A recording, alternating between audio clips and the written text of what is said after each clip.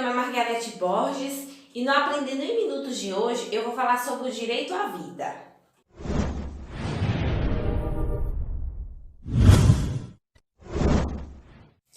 O direito à vida ele está previsto no caput do artigo 5º da Constituição e dele decorre vários direitos que nós já estudamos em aulas anteriores.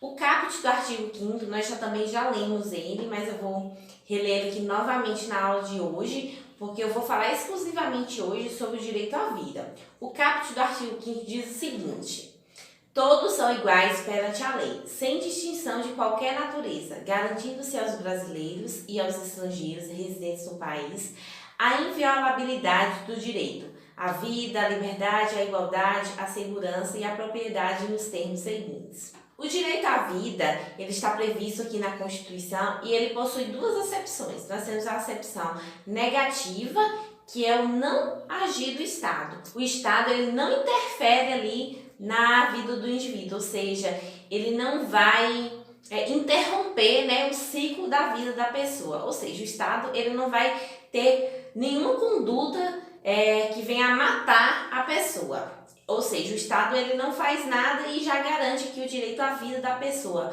Essa acepção negativa, o não fazer do Estado, assegura aqui a continuidade da vida da pessoa. E nós temos também a acepção positiva, que é quando o Estado ele faz alguma coisa. Ou seja, o Estado ele assegura direitos para que a pessoa ela tenha uma vida com dignidade. O direito à vida ele não é um direito absoluto, Ele pode sofrer uma relativização. Mas quem faz essa relativização? A própria Constituição Federal, A Constituição, ela pode relativizar esse direito. Por exemplo, nós temos no inciso 47, diz que não haverá penas. Aí a linha A, de morte, salvo em casos de guerra declarada. Então, assim, no Brasil é proibido, a pena de morte, só que a própria Constituição já prevê uma hipótese em que pode se aplicar sim a pena de morte, que é em caso de guerra declarada. As leis também, a legislação infraconstitucional pode estar relativizando esse direito, E nós temos também as jurisprudências que podem estar aqui relativizando o direito à vida. Esse direito à vida, ele não é um direito superior, por exemplo, ao direito à igualdade, à propriedade, à segurança. Pelo contrário, não há hierarquia entre os direitos, Eles são protegidos pela Constituição no pé de igualdade, Nenhum direito é superior a outro. Como eu falei, o direito à vida ele pode sofrer uma relativização, como por exemplo, que eu falei aqui, que a própria Constituição Federal ela relativiza aqui o direito à vida, que está previsto lá no inciso 47, que não haverá pena, de morte salvo em caso de guerra declarada. Então, a própria Constituição prevê uma hipótese que pode violar aqui o direito à vida, que é no caso de guerra declarada. Lembrando que essa é a única hipótese de pena de morte do Brasil. E segundo a doutrina majoritária, não pode haver uma proposta de emenda constitucional que crie uma nova hipótese de morte, Porque assim, o direito à vida é uma cláusula pétrea e além da própria Constituição ter esse direito à vida como não sendo possível, de proposta de emenda constitucional, o Brasil ele aderiu a alguns tratados internacionais que também protegem o direito à vida. Esse direito à vida ele é protegido tanto de forma intrauterina como extrauterina, ou seja, quando o feto ainda está no ventre, da barriga da mãe, e após o nascimento também é protegido. Só que a legislação infraconstitucional, ela prevê algumas hipóteses em que esse direito à vida ele pode ser relativizado, Nós temos, por exemplo, o artigo 128 do Código Penal, que prevê duas hipóteses, de aborto, ou seja, há uma interferência na vida intrauterina, que é no caso do aborto necessário, Ou seja, quando a mãe está ali correndo risco de vida se ela continuar ali com a gestação.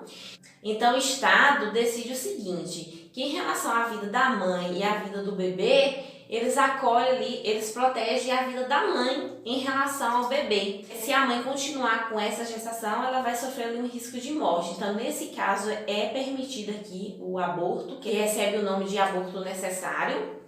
E uma outra hipótese também é o aborto sentimental, ou também aborto humanizado, que é em casos de estupro, A mulher sofre uma violência sexual e acaba engravidando. Nesse caso, o Código Penal permite, né, o aborto, e esse fato, né, não vai se configurar crime.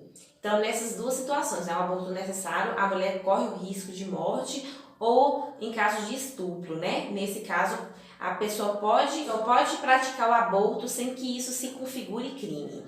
Existe também uma decisão da jurisprudência, que é quando o Supremo Tribunal Federal, né, o STF, ele permite o aborto em casos em que a mulher está gerando ali um feto anencéfalo. O feto anencéfalo é quando há uma má formação ali no tubo neural e aí não há formação nem desenvolvimento do sistema nervoso. Então a criança ela nasce sem o sistema nervoso. Quando a criança nasce com anencefalia, ele é considerado um natimorto, ou seja, ele morre assim que nasce, ou ele pode sobreviver algumas horas ou até mesmo alguns poucos dias e depois ele vem a óbito. Então nesse caso, o Supremo Tribunal Federal permite que ocorra o aborto, né, sem que essa prática se configure crime. Essa decisão do STF, ela tem efeito vinculante e erga omnes, ou seja, é uma decisão que vale para todo mundo. Ou seja, se uma gestante estiver gerando ali um feto anencéfalo, ela pode sim, né, praticar ali o aborto sem a necessidade, né, de estar entrando na justiça, porque essa decisão do STF, né, tem efeito vinculante e erga omnes, né, vale para todo mundo. Uma outra decisão, né, da legislação infraconstitucional é a possibilidade da manipulação de células-tronco, ou seja, aquelas células que são indiferenciadas. A Lei de Biossegurança, então, permite que a manipulação dessas células-tronco, que é a Lei 11.105 de 2005, havia muitos questionamentos, né, se essa manipulação das células-tronco iria violar o direito à vida. Só que o Supremo Tribunal Federal se manifestou e decidiu, né, se posicionou que essa manipulação aqui dessas células-tronco, elas não violam aqui o direito à vida. Ainda é interessante aqui, a gente está trazendo alguns termos que caem em concurso público, por exemplo, a eutanásia. A eutanásia é quando se interrompe a vida, ou seja, se adianta a morte do indivíduo. Aqui no Brasil, a eutanásia é considerada crime. Você está vegetando ali em cima de uma cama, por exemplo, né? E ali se aplica uma substância para ela vir a óbito. Isso no Brasil é considerado crime.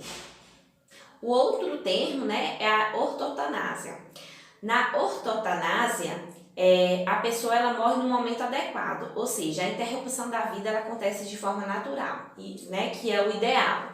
Nós temos também a distanásia. Na distanásia é quando há um prolongamento da vida do indivíduo, ou seja, é aquela pessoa que, por exemplo, sofreu ali uma morte cerebral e a família deixa aquela pessoa ali, né, sobrevivendo através dos aparelhos.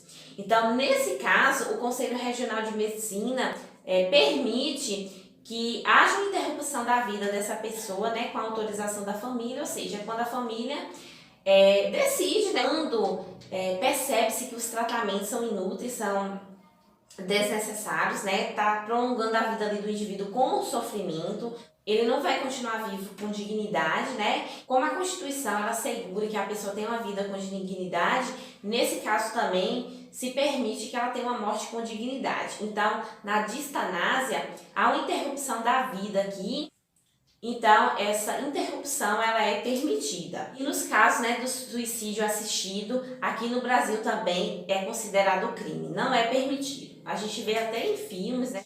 Tem até um filme de um cara que ele sofre um acidente e ele perde todos os movimentos, né? E aí ele decide por interromper a própria vida e naquele país onde ele reside isso é permitido. Mas aqui no Brasil, né, o suicídio assistido não é permitido, é considerado crime. Até agora nós vimos sobre o direito à vida no sentido, né, da pessoa continuar vivo ou não, segundo algumas possibilidades, né, de interromper aqui a vida. Agora eu vou falar um pouquinho sobre essa vida com dignidade, né, que nós vimos em aulas anteriores que a Constituição proíbe, né, a tortura, penas cruéis. E nesse sentido, o uso de algemas aqui no Brasil, ele só é permitido em 3 situações, que é em caso de perigo, resistência ou fuga. Se o indivíduo ele não apresenta perigo, não apresenta resistência e não tenta fugir, via de regra não pode se aplicar as algemas, né? Só vai ser utilizado nessas 3 situações. Isso porque o uso de algemas, especialmente em local público, pode causar ali constrangimento, né? Em vista aqui, né, a proteção ao direito à vida com dignidade, né? O uso das algemas só será permitido nessas 3 situações. Perigo, resistência ou fuga, né? PRF, perigo, resistência e fuga. Agora vamos para a nossa questãozinha de concurso para ver como esse assunto tem caído nas provas. Com relação aos direitos e deveres individuais e coletivos, segundo o artigo 5º da Constituição Brasileira, todos são iguais perante a lei, sem distinção, garantindo aos brasileiros e aos estrangeiros residentes no país. A alternativa correta é a letra B, inviolabilidade, né, do direito à vida, à liberdade, à igualdade, à segurança e à propriedade, como nós vimos, né, é a literalidade aqui do caput do artigo 5º. Espero que tenham gostado da aula de hoje.